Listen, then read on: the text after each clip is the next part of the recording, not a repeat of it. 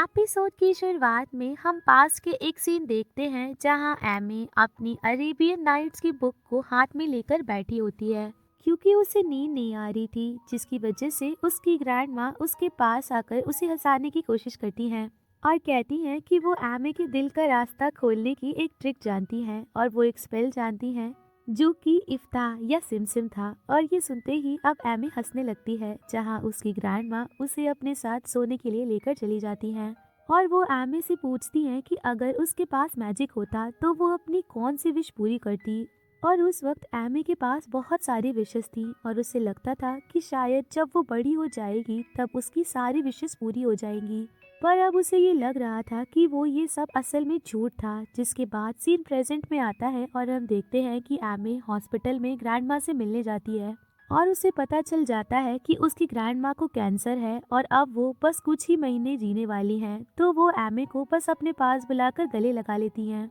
और वो एमी से बस यही रिक्वेस्ट करती हैं कि एमी हमेशा स्माइल करती रहे और अगर उसके मन में कुछ भी है तो एमी ग्रैंड माँ को जरूर बताए। वहीं दूसरी तरफ टायो अपने डैड के साथ डिनर कर रहा होता है और वो अपने डैड से पूछता है कि आखिर उनकी मुलाकात उसकी मॉम से कैसी हुई थी, जिस पर उसके डैड उसे अपनी और उनकी स्टोरी बताते हैं और वो टायो को ये भी समझाते हैं कि अगर टायो सच में किसी से प्यार करता है तो उसे गिव अप नहीं करना चाहिए और उसे हासिल करने की पूरी कोशिश करनी चाहिए। और यही सारी बातें टायो की बहन भी वहाँ खड़ी होकर सुन रही होती है और जब टायो उसे देख लेता है तो वो हारुई को अगले दिन सुशी डेट पर जाने के लिए इनवाइट करता है। जिसके बाद हम एमे को देखते हैं और एमे कुसाका से एक और मिरेकल मांगना चाहती थी ताकि वो अपनी ग्रैंड माँ को बचा सके। पर कुसाका उसे बताता है कि वो मिरेकल्स बस कुछ लोगों के लिए ही किए जाते हैं। जहाँ अब एमे का दूसरा सेंस जो कि वो खोने वाली थी वो भी 12 बजते ही वॉच में शो हो जाता है और इस बार उसका सेंस था टच, जिस पर कुसाका उसे बताता है कि सेंस ऑफ टच खोने के बाद एमे का अपने वर्ड से कनेक्शन टूट जाएगा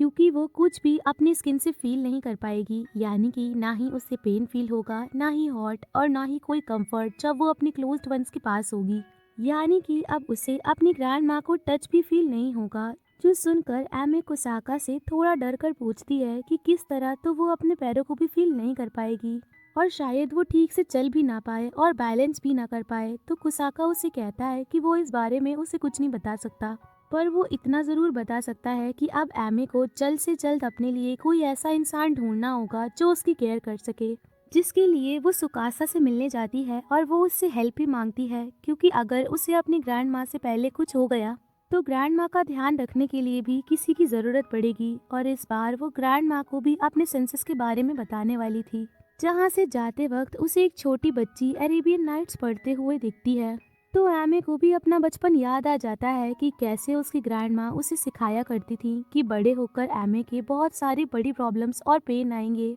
पर इसके साथ साथ एमे को एक ऐसा इंसान भी मिलेगा जो कि एमे पर मैजिक कास्ट करेगा और बदले में एमे को भी उस पर मैजिक कास्ट करना होगा ताकि वो दोनों हर प्रॉब्लम से एक साथ फाइट बैक कर पाएं। और असल में ये मैजिक था मैजिक ऑफ लव, यानी कि एमी की लाइफ में वो मैजिक कास्ट करने वाला इंसान था टायो, जो कि अपने मैजिक ऑफ लव से एमी की प्रॉब्लम्स को दूर करना चाहता था। पर अभी ये बात एमी को समझ नहीं आती है और उसे अब भी लग रहा था कि वो टायो को बिना बताए सब कुछ हैंडल कर लेगी। वहीं दूसरी तरफ हम टायो को देखते हैं जो कि हारुही के साथ सुशी खा रहा होता है और वो हारुही को वही रिंग बताता है जो कि वो एमी को ग्रेजुएशन के दिन देने वाला था और यही रिंग वो कल भी एमी को देना चाहता था। पर उससे पहले ही एमी ने उसे सुकासा के बारे में बता दिया और टायो वो रिंग उसे नहीं दे पाया, जहां वो ये बता देती है कि असल में वो एमी के रिंग जीनी बनाना चाहता था। यानी कि जब एमी वो रिंग पहनकर टायो से कुछ भी विश करे तो टायो उस विश को एमी के लिए पूरा कर सके, जो कि अब पॉसिबल नहीं था और इसीलिए टायो को वो रिंग भी वहीं पर फेंक देता है ताकि वो अपनी लाइफ को फ्रेश स्टार्ट कर सके। और इसीलिए हारुही टायो को खुश करने के लिए उसके साथ मजाक करने लग जाती है कि एक दिन उसे एक अच्छी लड़की जरूर मिलेगी। जिसके बाद हम एमी को देखते हैं और वो अपनी ग्रैंड माँ से मिलने गई हुई थी, जहाँ ग्रैंड माँ उसे अपने पास बिठाकर वही इफ्ता या सिमसिम स्पेल बोलती हैं और कहती हैं कि उसे ग्रैंड माँ के साथ ऑनेस्ट होकर ग्रैंड माँ को सब कुछ सच बता देना चाहिए। और इसीलिए अब एमे ग्रैंड माँ को अपने सेंसेस के बारे में बता देती है कि वो अपने स्मेल और टेस्ट करने की सेंसेस को खो चुकी है और आगे जाकर वो अपने बाकी सेंसेस को भी खो देगी। तो ये सुनकर ग्रैंड माँ एमे को कहती हैं कि अब ग्रैंड माँ और भी जीने का उसे रीज़न मिल चुका है और वो लंबी जिंदगी जीकर हमेशा एमे के साथ रहेंगी और उसे संभालेंगी। जहाँ एमे ग्रैंड माँ से अपने ड्रीम्स के बारे में भी बात करती है कि किस तरह वो ये चाहती थी कि वो एक फेमस पैटिसियर बने और टायो के फायरवर्क्स को भी देख पाए, जिसके बाद टायो और वो दोनों शादी करके एक साथ खुश रह पाए। पर अब उनमें से एक भी चीज़ नहीं होने वाली थी एमे की उस बीमारी की वजह से, जो सुनकर ग्रैंड माँ को एमे के लिए काफ़ी बुरा भी लगता है। और इसके बाद हम देखते हैं कि एमे घर जाकर सुकासा को कॉल करके हॉस्पिटल में मिलने वाली फैसिलिटीज़ के बारे में पूछती है, क्योंकि एमे को नहीं लगता था कि उसकी ग्रैंड माँ ऐसी हालत में उसे संभाल पाएंगी और वो अपनी ग्रैंड माँ को भी परेशान नहीं करना चाहती थी। जिसके बाद अब सुकासा ग्रैंड माँ से मिलने आ जाता है और यहाँ ग्रैंड माँ सुकासा से एक हेल्प मांगती हैं और वो सुकासा को अपने घर में एक चीज़ ढूंढने के लिए भेजती हैं, जो कि असल में वही अरेबियन नाइट्स वाली बुक थी और उसके अंदर वही लेटर था जो कि एमे टायो को देना चाहती थी। और इसीलिए ग्रैंड माँ सुकासा को यही काम देती हैं कि उसे टायो को वो लेटर देना होगा और उसे एमे के बारे में भी सब कुछ बताना होगा, क्योंकि सिर्फ यही एक तरीका था जिससे कि एमे को बची हुई लाइफ में वो सब कुछ मिल सकता था जिसकी वो हमेशा से विश करती थी। और असल में सुकासा के लिए ये सब करना बहुत हार्ड था, क्योंकि वो भी एमे को सीक्रेटली लाइक करता था, पर अभी एमे को उसकी नहीं बल्कि टायो की ज़रूरत थी। जिसके बाद सुकासा टायो से मिलता है और उसे वो लेटर देकर सब कुछ बता देता है कि किस तरह एमे एक अननोन डिसीज से सफ़र कर रही है। और इसके साथ साथ टायो वो लेटर भी पढ़ता है जो कि एमे ने लिखा था और उसमें एमे ने अपनी हर फीलिंग्स कन्फेस करी थी कि कैसे टायो उसकी लाइफ में जीने का एक नया रीज़न बनकर आया था और कैसे उसने एमे को स्पेशल फील करवाया। और एमे बस अपना फ्यूचर हमेशा टायो के साथ ही सोचती थी कि वो उससे एक दिन शादी करेगी और एक दिन वो दोनों मिलकर उसके फायरवर्क्स भी देखेंगे। जो सब पढ़कर अब टायो को समझ आ जाता है कि उस रात फेरिस व्हील में जो भी बातें एमे ने उससे कही थी वो सब सुकासा के लिए नहीं थी बल्कि टायो के लिए ही थी। और अब टायो सुकासा से एक हेल्प मांगता है और वो एमे को किसी तरह उससे बात करने के लिए बुलाता है। वहीं दूसरी तरफ एमे हॉस्पिटल गई थी, जहां वो खुद के लिए एक केयर टेकर और हॉस्पिटल में ही फैसिलिटीज बुक करवा रही थी और वो ये फील कर पा रही थी कि कैसे वो भी फ्यूचर में वहीं पर सब लोगों से अलग रहने वाली है। और ये सोचकर वो रोने भी लग जाती है, जो सब कुछ चियाकी और कुसाका भी देख रहे थे और वो दोनों भी एमे के लिए काफ़ी दुखी थे, पर वो सिर्फ गाइड्स थे और इसीलिए वो एमे के लिए उस मिरेकल को भी चेंज नहीं कर सकते थे। जिसके बाद एमे वहाँ से घर जाने के लिए निकल जाती है तो रास्ते में उसे हारुही मिलती है। असल में हारुही ने पूरे दिन बस टायो की उस फेंकी हुई रिंग को ढूंढा था ताकि हारुही वो रिंग एमे को दे सके और वो रिंग देखते ही एमे बहुत ज़्यादा शॉक्ड रह जाती है, क्योंकि यही रिंग उसे अपने हाई स्कूल में पसंद आई थी और अब हारुही के इंसिस्ट करने पर उसे वो रिंग अपने पास रखनी पड़ती है। और हारुही उसे टायो की रिंग जीने वाली बात बता देती है, जो सुनकर एमी बहुत ज़्यादा इमोशनल हो जाती है और वो उस रिंग को पहनना भी चाहती थी, पर वो उसे पहन ही नहीं पाती है और अपने बैग में रख लेती है। जिसके बाद सुकासा किसी तरह एमे का फ़ोन करके टायो से मिलने के लिए बुला लेता है और टायो एमे को बता देता है कि उसे एमे के लेटर और उसके सेंसस के बारे में पता लग चुका है। लेकिन फिर भी एमे टायो से ये कहकर वहाँ से भाग जाती है कि वो टायो को हेट करती है और वो उसके साथ नहीं रहना चाहती है। टायो को भी सच जानने के बाद उसके साथ नहीं रहना चाहिए। जिसके बाद वो एक बस में चढ़ती है और अपनी सीट पर बैठकर रोने लग जाती है, जहाँ उसके साथ चियाकी और कुसाका भी बैठे थे। और तभी चियाकी की नज़र बस के बाहर पड़ती है और वो देखती है कि टायो ने अब भी हार नहीं मानी थी और वो एमे से बात करने के लिए बस के पीछे ही भाग रहा था और वो किसी तरह उस बस तक पहुंचना चाहता था। फिर भले ही उसकी भाग भाग कर जान ही क्यों न चली जाए, और यही चीज़ एमे भी देख लेती है, पर अब भी वो टायो से नहीं मिलना चाहती थी और वो उससे दूर जाना चाहती थी। जिस पर चियाकी भी उसे समझाने की बहुत कोशिश करती है और उसे बस से उतर जाने के लिए कहती है, पर एमे ऐसा नहीं करती है। यहाँ हम कुसाका को देख पाते हैं कि असल में उसे भी एक बार इस तरह का डिसीजन लेने का मौका मिला था और तब कुसाका को लगा था कि वो गलत डिसीजन लेकर रिग्रेट नहीं करेगा, पर उस बात का रिग्रेट कुसाका को अब तक था और इसीलिए वो एमे से वही इफ्ता या सिमसिम स्पेल कहता है और बताता है कि भले ही एमे टायो के पास जाए या ना जाए, उसे दोनों ही बातों का रिग्रेट रहेगा। और ये एमे के हाथ में था कि वो कौन सा रिग्रेट चूज करती थी, और अगर वो चाहती तो वो उसे अपने उस रिग्रेट को टायो से मिलकर हमेशा के लिए हैप्पी रिग्रेट भी बना सकती थी। तो अब बस उसे सब कुछ अपने मैजिक यानी कि लव पर छोड़कर टायो के पास चले जाना चाहिए था।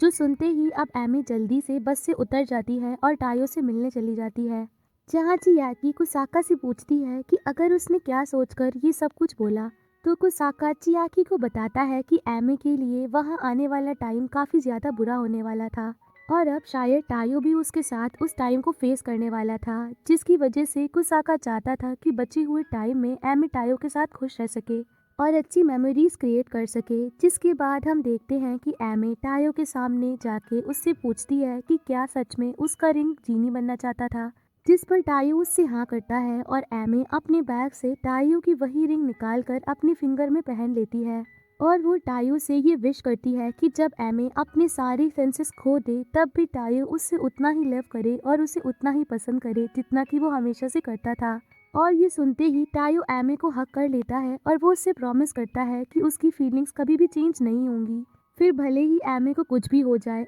कि एमी की जब नींद खुलती है और वो अपने रूम से बाहर निकलती है तो टायो उसके सामने ब्रेकफास्ट लेकर आ जाता है। और अब टायो एमी के साथ ही कुछ दिनों के लिए उसके घर रुकने वाला था, ताकि वो एमी के साथ जितना हो सके उतना टाइम स्पेंड कर सके। जो सुनकर एमी थोड़ा ब्लश करने लग जाती है और वो अपनी रिंग को देखकर स्माइल करने लग जाती है, जो कि उसे टायो ने दी थी। और अब टायो एमी से एक रिक्वेस्ट करता है कि क्या वो उसे उसके नाम से बुला सकता है, क्योंकि पहले तो वो एमे के फुल नाम से ही उसे बुलाता था, पर अब क्योंकि वो दोनों डेट कर रहे थे तो टायो उसे बस एमे कहकर ही बुलाना चाहता था। जिस पर एमे टायो से थोड़ा टाइम मांगती है और ये भी बताती है कि उसे भी टायो का नाम बहुत ज़्यादा पसंद है। और तभी टायो अचानक से अपना कप नीचे रख देता है, क्योंकि उसके सूप में बहुत ज़्यादा नमक था। पर एमे टायो को वो सूप पीकर बताती है कि उसे तो सूप का सॉल्टी टेस्ट फील ही नहीं हो रहा है। जो देखकर अब टायो एमे से अपने डिसीज के बारे में पूछने की कोशिश करता है और ये भी पूछता है कि उसकी इस डिसीज का नाम क्या है।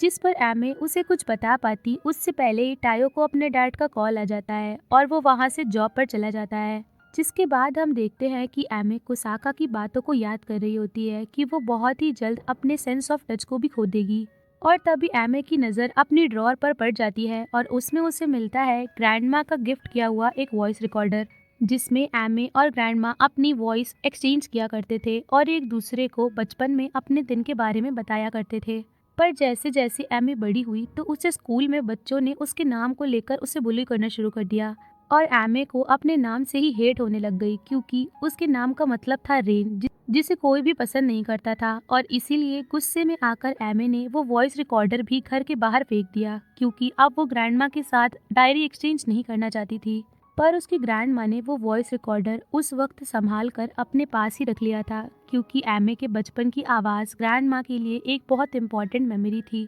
और तभी अब एमे को हॉस्पिटल से कॉल आ जाता है, क्योंकि ग्रैंड माँ की तबीयत कुछ ज़्यादा ही ख़राब हो चुकी थी। और एमे जब ग्रैंड माँ से मिलने जाती है तो उसकी ग्रैंड माँ बस उससे यही चाहती थी कि एमे उसे घर वापस लेकर चली जाए। वहीं दूसरी तरफ टायो भी अपने डैड और सिस्टर के साथ बैठकर लंच कर रहा होता है और वो अपने नाम के बारे में अपने डैड से पूछता है तो उसके डैड उसे बताते हैं कि टायो का नाम असल में उसकी मॉम ने ही रखा था, क्योंकि उसकी मॉम के लिए टायो एक सनशाइन की तरह था। जो सुनकर टायो और हारुई अपने मॉम के बारे में सोचने लगते हैं कि आखिर वो कैसी दिखती होंगी। और तभी टायो को एमे का कॉल आ जाता है और हॉस्पिटल आने पर उसे बताता है कि वो ग्रैंडमा को लेकर घर आ रही है, जिस पर टायो भी हाँ कर देता है। और अब ग्रैंडमा टायो और सुकासा को मिलने बुलाती हैं, क्योंकि वो उन दोनों से एक हेल्प चाहती थी और अपनी लास्ट विश पूरी करवाना चाहती थी। जिसके बाद हम देखते हैं कि एमे वो वॉइस रिकॉर्डर अपनी ग्रैंड माँ को बताती है और वो दोनों अपने पुराने दिन याद करने लग जाते हैं। जिसके बाद एमे कुसाका और चियाकी से बात करती है, जहाँ वो उनसे पूछती है कि आखिर मरने के बाद उस इंसान के साथ क्या होता है।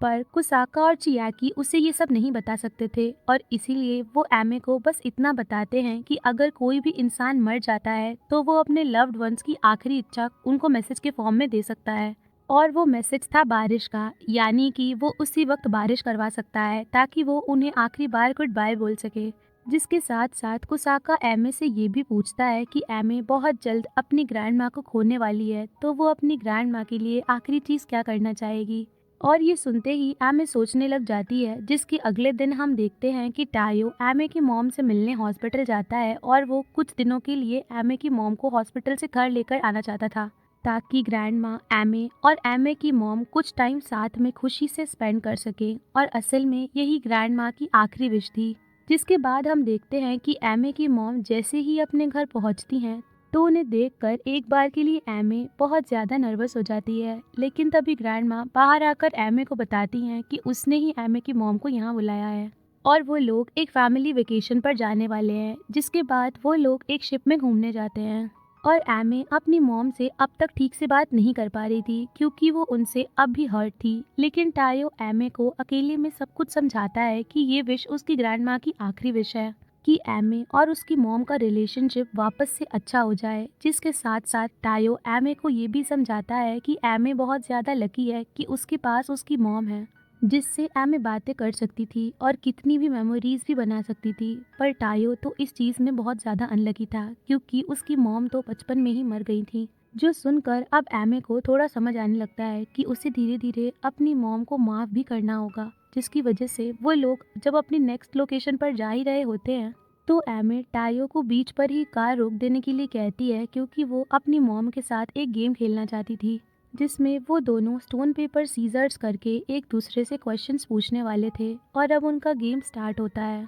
जहां वो एक एक करके एक दूसरे से सवाल कर रहे थे। और एमे की मॉम एमे से उसके पेटिसियर बनने वाले ड्रीम के बारे में पूछती हैं, जिस पर एमे उन्हें सब कुछ बता देती है कि एमे को एक बीमारी हो चुकी है, जिसकी वजह से उसे अपना ड्रीम ड्रॉप करना पड़ा। और ये सब सुनकर एमे की मॉम बहुत ज़्यादा गिल्टी फील करती हैं, और वो ये सब इसलिए फील कर रही थी क्योंकि वो आज तक एमे के लिए कुछ भी अच्छा नहीं कर पाई थी, जिसकी वजह से वो रोने भी लग जाती हैं। पर एमे उन्हें रोने से रोकती है। जिसके बाद एमे की मॉम उससे एक आखिरी सवाल करती हैं और पूछती हैं कि क्या एमे अब भी अपनी मॉम को हेट करती है, जिस पर एमे जवाब में हाँ कहती है और बताती है कि उसकी मॉम ने उसके साथ कितनी सारी बुरी चीज़ें की और उसे अकेला छोड़ दिया, तो वो अपनी मॉम को हेट क्यों नहीं कर सकती है। लेकिन इसके साथ साथ एमे को अब भी अपनी मॉम के साथ बिताए हुए कुछ अच्छे मोमेंट्स याद थे, जिसकी वजह से वो अपनी मॉम को पूरी तरीके से हेट नहीं कर सकती थी। और यही वजह थी कि आज तक वो अपनी मॉम के लिए अपने दिल में एक सॉफ्ट कॉर्नर रखती थी और वो उन्हें माफ़ भी कर चुकी थी।